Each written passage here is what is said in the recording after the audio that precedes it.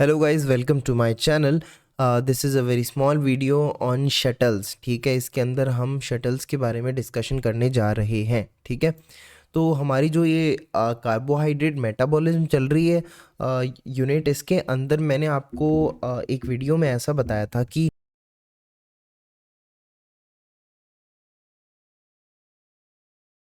Inner mitochondrial membrane को cross कर करके अंदर नहीं आ सकते फॉर फर्दर रिएक्शन। ठीक है, मैंने कहा था ना कि भाई पायरुविक एसिड है वो तो अंदर आ जाता है, फिर अंदर लिंक रिएक्शन होती है। ठीक है, फिर टीसीए साइकिल चलती है अंदर, लेकिन फिर यहाँ सीख मैंने लिखा था कि NADH and ऑक्जेलो acetate they can not cross inner mitochondrial membrane. Right, ये इनर माइटोकॉन्ड्रियल मेम्ब्रेन को क्रॉस नहीं कर सकते। तो फिर क्या होगा? तो बेसिकली ऑक्सिलरी स्टेट को छोड़ो, हमें यहाँ पे NADH से कंसर्न है, क्योंकि इससे एनर्जी मिलने वाली है हमें आगे। ठीक है, तो NADH की बात करें तो ये तो ETC इलेक्ट्रॉन ट्रांसपोर्ट चेन का तो मेन स्टार्टिंग मटेरियल है। अगर NADH ही माइटोकॉन्ड्रिया के अंदर नहीं आएगा तो काम चलना ही नहीं है, एनर्जी नहीं मिलनी है। तो फिर क्या करें? Now to transport this NADH from cytoplasm to mitochondria, इस प्रोसेस में शटल्स काम में आती हैं। शटल नहीं होता फटका मारा और अंदर गई चीजें, है ना। शटल, फट ट्रांसपोर्ट, इस टाइप का शटल चीजें, है ना। जैसे हम चिड़ी बल्ला खेलते हैं, है ना, तो बैडमिंटन खेलते हैं, उस टाइप से शटल्स होती हैं ये। ठीक है, तो शटल हमारे पास बेसिकली दो टाइप की हैं, एक तो मैलेट शटल और एक ग्लिसरॉल फॉस्फेट शटल। ठीक है, और एक मैलेट शटल। अब तक हमने जितनी भी एनर्जी की कैलकुलेशन करी है या करेंगे, एनर्जेटिक्स जितनी भी हमने देखी है, और आई मीन जब भी हम बाय डिफ़ॉल्ट शटल की बात कर रहे होते हैं ना, मतलब बिना पर्टिकुलर नाम लिए हुए, तो हम मैलेट शटल की बात कर रहे होते हैं। ठीक है, तो it is a by default shuttle कि हाँ, हम कोई बेसिकली नाम नहीं ले रहे, तो हम मैलेट शटल की बात कर रहे हैं। तो एक चीज़ देखिए, काम क्या है शटल का? NADH को ट्रांसपोर्ट करना। तो भाई दोनों अलग अलग क्यों हैं? इनमें क्या डिफरेंस है? इनमें डिफरेंस ये है कि ये तो माइटोकॉन्ड्रियल मेम्ब्रेन हो गई, इधर साइटोप्लाज्म हो गया, इधर ही माइटोकॉन्ड्रिया हो गई। NADH है, इसको उठाया गया, यहाँ पटक दिया गया। ठीक है, ये मैलेट शटल करती है, बस इतना ही काम। ठीक है, ग्लिसरॉल फॉस्फेट शटल क्या करती है? NADH उठाया था और अंदर क्या पहुंचाया है, बनाया है FADH2। तो माइटोकॉन्ड्रिया के अंदर एक्चुअली में FADH2 पहुंचा है, और बाहर क्या था? NADH था। तो फर्क समझ में आ रहा है दोनों शटल्स में? This is glycerol phosphate shuttle जो FADH2 पहुंचाती है, और मेलेट जो कि NADH का NADH ही अंदर पहुंचा देती है। तो इनको थोड़ा आराम से पढ़ेंगे। एक क्वेश्चन आया था, कभी इसको डिस्कस करते हैं कि शटल जो होती है ना, वो किस प्रोसेस में रिक्वायर्ड होती है। कोई पूछे ग्लाइकोलिसिस में, लिंक रिएक्शन में, TCA में, या ऑल ऑफ दीज। लोग सोचेंगे कि ऑल ऑफ दीज कर देते हैं, सभी में शटल रिक्वायर्ड होती होगी, लेकिन नहीं। एक बात सुना, शटल की रिक्वायरमेंट कब आती है? जब ये चीज़ें साइटोप्लाज्म से माइटोकॉन्ड्रिया क्रॉस करके अंदर नहीं जा पाती, तब हमें काम आती है। और साइटोप्लाज्म में कौन सी रिएक्शन इनमें से होती है? ग्लाइकोलिसिस। तो ग्लाइकोलिसिस तो होती है माइटोकॉन्ड बाहर साइटोप्लाज्म के अंदर। बाकी अगर तुम बात करोगे तो लिंक रिएक्शन भी अंदर ही होती है, और TCA साइकिल भी अकर्स इनसाइड द माइटोकॉन्ड्रिया। तो इसका आंसर सिर्फ और सिर्फ हमारा क्या आएगा? ग्लाइकोलिसिस आएगा, कि ग्लाइकोलिसिस ही बाहर होता है, तो शटल की रिक्वायरमेंट इसी में होती है। ठीक है, नाउ अगर हम ग्लिसरॉल फॉस्फेट शटल यूज़ करें और मैलेट शटल यूज़ करें, तो दोनों में फ़र्क क्या आता है ये समझते हैं धीरे धीरे। सबसे पहले अगर हम बाय डिफ़ॉल्ट छोड़ करके ग्लिसरॉल फॉस्फेट शटल यूज़ करने लगें तो क्या होगा? तो कुछ होगा ही नहीं खास। देखो देखो, समझ में आएगा अभी तुम्हें। ये इनर माइटोकॉन्ड्रियल मेम्ब्रेन, इधर माइटोकॉन्ड्रियल मैट्रिक्स आ जाएगा। देखो बाहर साइटोप्लाज्म में क्या हो रहा है? ग्लूकोज कन्वर्ट हो रहा है दो पायरुविक एसिड के मॉलिक्यूल्स में। अच्छा, ये तुम्हें पता होगा, एनर्जेटिक्स मैंने बताया था -2 + 4, I will not repeat it. तो -2 + 4 है। ठीक है, तो अब देखो यहाँ पे साथ में दो NADH भी तो बन रहे हैं। अब ये NADH है ना, ये शटल की मदद से अंदर जाएंगे। अब अगर इस अंदर जाने के अंदर ग्लिसरॉल फॉस्फेट शटल यूज कर ली जाए, तो NADH की वजह क्या पहुंचेगा अंदर? FADH2 बदल जाएगा, FADH2 पहुंचेगा, तो दो मॉलिक्यूल्स ऑफ FADH2 हो गए। अब ये जब FADH2 ETC में जाता है तो एक 1.5 ATP देता है। 1 FADH2 गिव्स 1.5 ATP। सो दो कितनी देंगे? दो विल गिव 3 ATP। 3 एटीपी हमें यहाँ से मिलेंगे, ठीक है। लेकिन अगर नॉर्मली अगर ये जाता, देखो मेरी बात सुनना, टोटल जब हम ग्लिसरॉल फॉस्फेट शटल यूज़ कर रहे हैं तो -2 एटीपी जो खर्च हो रही है हमारी ग्लाइकोलिसिस में, 4 बन भी रही हैं और 3 एटीपी यहाँ पे बन रही हैं, ठीक है। तो ये कुल मिला के 5 एटीपी हमें मिलेंगी, 5 एटीपी मिलेंगी हमें when glycerol phosphate shuttle is used, हमें 5 एटीपी मिलेंगी।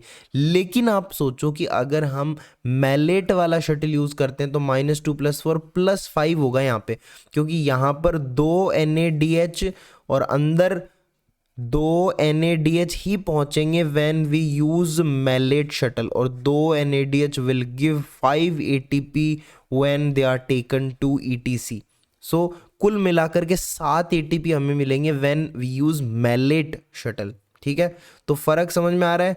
तो मैलेट शटल में हमें ज़्यादा ATP मिलती है और ग्लिसरॉल फॉस्फेट शटल में खर्चा थोड़ा ज़्यादा होता है। समझ गए हो मेरी बात।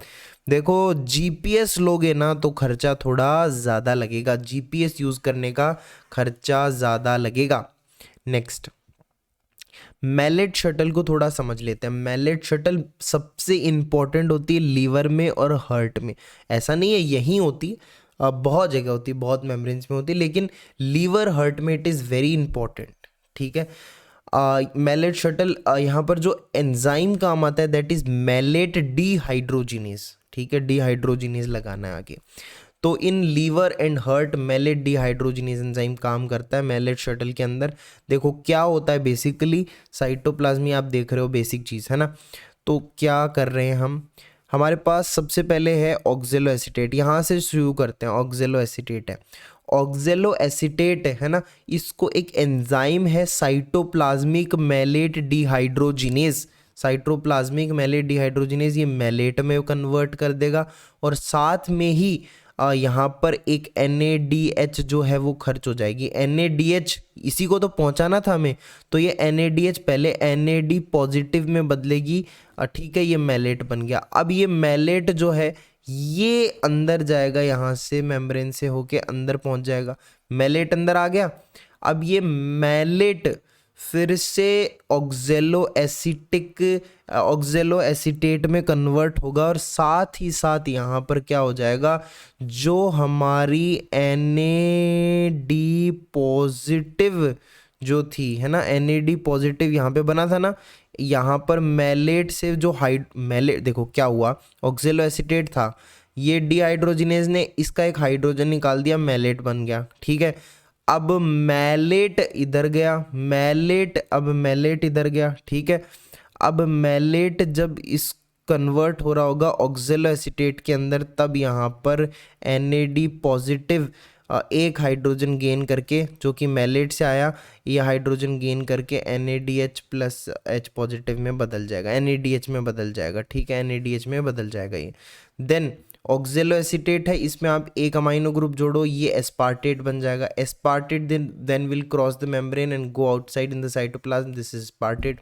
सिंपल सी चीज़ है, ठीक है। नेक्स्ट चीज़, ग्लिसरॉल फॉस्फेट शटल, ये मेनली ब्रेन और स्केलेटल मसल में इंपॉर्टेंट होता है। ग्लिसरॉल 3 फॉस्फेट डिहाइड्रोजिनेज एंजाइम काम आता है। यहाँ पे होता है DHAP। सो DHAP कन्वर्ट हो रहा होता है ग्लिसरॉल 3 फॉस्फेट के अंदर। यहाँ पर कौन सा एंजाइम काम आता है, बस यही है, नाम थोड़ा चेंज कर लो। साइटोप्लाज्म में है ना, तो साइटोप्लाज्मिक ग्लिसरॉल 3 फॉस्फेट डिहाइड्रोजिनेज, ठीक है। और यहाँ पर एंजाइम जब ये कन्वर्जन हो रहा होता है, ग्लिसरॉल 3 फॉस्फेट इधर आया, ग्लिसरॉल 3 फॉस्फेट अंदर आ गया। अब ग्लिसरॉल 3 फॉस्फेट को जब एक माइटोकॉन्ड्रियल ग्लिसरॉल 3 फॉस्फेट डिहाइड्रोजिनेज होगा, ठीक है, तो वो इसको इसमें कन्वर्ट कर रहा होगा, तब उस टाइम पर FAD पॉजिटिव एक हाइड्रोजन लेकर के FADH2 में बदल जाएगा। तो देखो कुछ इस तरीके से हो रहा है, मतलब ऐसा नहीं डायरेक्ट NADH को उठाया अंदर आया तो बदल गए, नहीं, ये एक प्रोसेस होती है, रिएक्शंस हो रही हैं, ठीक है। तो यहाँ से FADH2 को लेके जाएंगे तो हमारे पास 1.5 ATP ETC से मिलेगा, DHAP फिर चला जाएगा। ये एक सिंपल प्रोसेस है। लेकिन आप एक चीज़ देखो कि जो हमने ये वाली ग्लिसरॉल फॉस्फेट शटल देखी, ये बड़ी सिंपल है, इसमें ज़्यादा इंटरमीडिएट नहीं है, एंजाइम ज़्यादा नहीं है, ठीक है, ये जल्दी हो रही है एज़ कम्पेयर टू दिस, यहाँ पर इंटरमीडिएट थोड़े ज़्यादा हैं, ठीक है। और एक चीज़ और ऑब्जर्व करोगे कि एनर्जी मैलेट शटल में ज़्यादा है और ग्लिसरॉल फॉस्फेट में तो सिर्फ 1.5 एटीपी, यानी यहाँ पे लेस एनर्जी हमें बन के मिल रही है। तो बताओ कि भाई इतनी लेस एनर्जी वाला शटल ब्रेन में क्यों डाला गया, ब्रेन में ये शटल क्यों एक्टिव होता है? Why a less energy forming shuttle given to brain?